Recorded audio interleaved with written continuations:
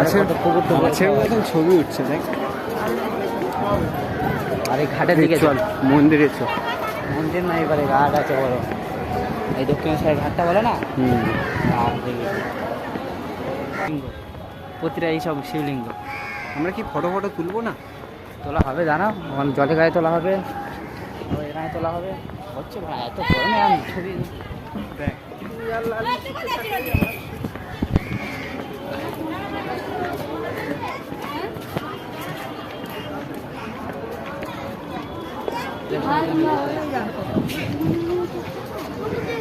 স্নান করছি, ছেড়ে দে বালিয়া।